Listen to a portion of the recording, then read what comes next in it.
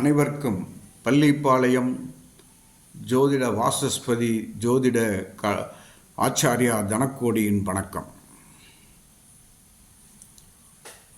நாம் ஒவ்வொரு ஜோதிட காரகங்களை பார்த்து கொண்டு வருகிறோம். அந்த வரிசையில் இன்று நாம் யாருக்கு குழந்தை பிறப்பதில் பிரச்சனை இருக்கும் என்பதை பற்றி பார்ப்போம். அப்படி பார்க்கும்போது ஒருவர் ஜாதகத்தில் குழந்தை பிறக்க வேண்டுமென்றால் 5ஆம் இடம், 5ஆம் அதிபதி இவர்களுடன் குருவும் நன்றாக இருக்க வேண்டும். அப்போதுதான் அந்த ஜாதகருக்கு குழந்தை பிறக்கும் வாய்ப்பு உண்டு, குழந்தை பாக்கியம் கிடைக்கும் வாய்ப்பு உண்டு. அப்படி இல்லாவிட்டால்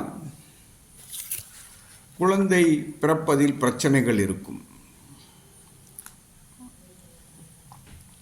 அந்த வரிசையில் பார்க்கும்போது ஒருவர் ஜாதகத்தில் 5ஆம் அதிபதியும்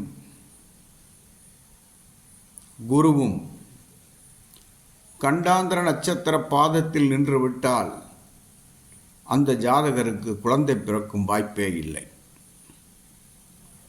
அடுத்து 5ஆம் அதிபதி ஆண் ஜாதகத்தில் 5ஆம் இடத்தில் கேது நின்றாலும் அந்த ஜாதகருக்கு குழந்தை பிறக்கும் வாய்ப்பில்லை. 5ஆம் அதிபதி பாதகத்தில் நின்றாலும், அதாவது 5ஆம் இடத்தில் பாதகாதிபதி நின்றாலும் குழந்தை பிறப்பில் பிரச்சனை உண்டு. அதே போல பெண் ஜாதகத்தில் 9ஆம் இடத்தில் ராகு இருந்தால் கரு உண்டாகி களையும். அதுவே கேது இருந்தால் கரு உண்டாவதே சிரமமாக இருக்கும். அதே போல ஆண் ஜாதகத்தில் 3ஆம் பாகம் கெட்டு போயிருந்தால் இவருக்கும் இயற்கையில் குழந்தை பிறக்கும் வாய்ப்பு இல்லை. 5ஆம் இடத்தில் பாவ கிரகங்கள் இருந்து குரு பார்வை பெறாமல் இருந்தால் இவருக்கும் குழந்தை பிறப்பில் இயற்கையாக குழந்தை பிறப்பது கஷ்டம். இவர்கள் டெஸ்ட் டியூப் பேபி வழியாக குழந்தை பெறும் வாய்ப்புண்டு. 3ஆம் இடத்திற்கு குரு பார்வை பெற்று 5ஆம் இடத்தையும் குரு பார்வை பெற்றிருக்கும் போது டெஸ்ட் டியூப் பேபி அமையும். அதே போல ஆண் ஜாதகத்தில் லக்னாதிபதியும் அஷ்டமாதிபதியும் இணைந்து பாவ கிரகங்களால் பார்க்கப்பட்டாலும் 5ஆம் இடத்தில் அஷ்டமாதிபதி அமர்ந்து இருந்தாலும் இவர்களுக்கும் குழந்தை பிறப்பில் பிரச்சனை இருக்கும். அதற்காக மருத்துவ முறைகளை மேற்கொள்ள வேண்டிய நிலைமை இருக்கும். மருத்துவத்தின் மூலமாகவே இவர்களுக்கு குழந்தை பிறக்கும் வாய்ப்புண்டு. அதே மாதிரி பெண் ஜாதகத்தில் 5ஆம் இடத்தை பாவ கிரகங்கள் அமர்ந்திருந்து குரு பார்வைப்படாமல் இருந்தாலும், அதேபோல் 9ஆம் இடத்தில் பாவ கிரகங்கள் அமர்ந்திருந்து குரு பார்வைப்படாமல் இருந்தாலும் குழந்தை பிறப்பில் இவர்களுக்கும் பிரச்சனை உண்டு.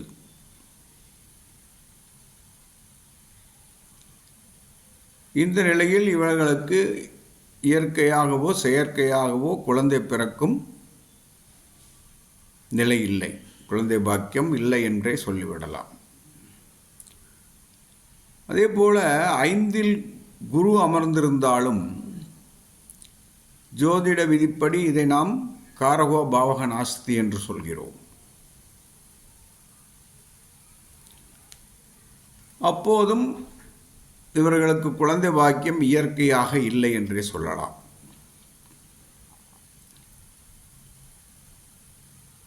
ஒன்பதாம் இடம் வலுவுடன் இருந்து பெண் ஜாதகத்தில் 9ஆம் இடம் வலுவுடன் இருந்து ஆண் ஜாதகத்தில் 3ஆம் இடம் வலுவில்லை என்றாலும் இவர்களுக்கும் இயற்கையில் குழந்தை பிறக்கும் வாய்ப்பு இல்லை.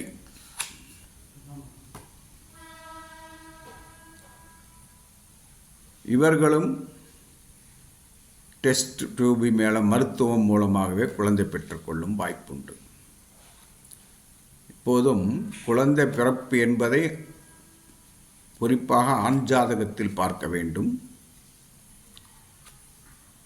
பெண் ஜாதகத்தில் அந்த கரு தங்குமா தங்காதா என்பதை பற்றி பார்க்க வேண்டும். அதற்காகவே இதை சொல்கிறேன். 9ஆம் இடம் பெண் ஜாதகத்தில் நன்றாக இருந்தால் ஆண் ஜாதகத்தில் 3ஆம் இடம் கெட்டுப்போயிருந்தாலும் இவர்களுக்கு மருத்துவம் மூலமாக குழந்தை பிறக்கும். இயற்கையாக குழந்தை பிறப்பு இல்லை. அதே போல 12ஆம் இடம் என்பது படுக்கை சுகத்தை சொல்லும். இந்த 12ஆம் இடம் கெட்டு போயிருந்தாலும் இவர்களுக்கு குழந்தை பிறப்பு தாமதமாகும் வாய்ப்புண்டு. காரணம், ஜாதகத்தில் 12ஆம் இடம் கெட்டு போயிருந்தாலும் கோச்சாரத்தில் அந்த இடத்தில் சுபகிரகங்கள் வரும்போது, சுபகிரகங்கள் பார்க்கும்போது இவர்களுக்கு கரு உண்டாகிவிடும். 12ஆம் இடம் என்பது மிகவும் மிகவும் முக்கியமான ஒரு ஸ்தானமாகும் குழந்தை பிறப்பிற்கு. ஆகவே அதையும் கவனிக்க வேண்டும்.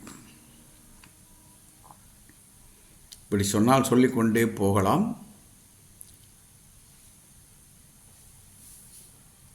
இதை பற்றி மேலும் விவரங்கள் வேண்டுவோரும் எனக்கு தொடர்பு கொள்ளலாம். ஜாதகம் பார்க்கவும் என்னை அழைக்கலாம். நேரிலும் பார்க்கப்படும், ஆன்லைனிலும் பார்க்கப்படும்.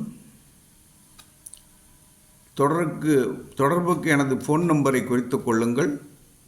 93 64 11 12 94 மற்றும் 94 87 31 33 00.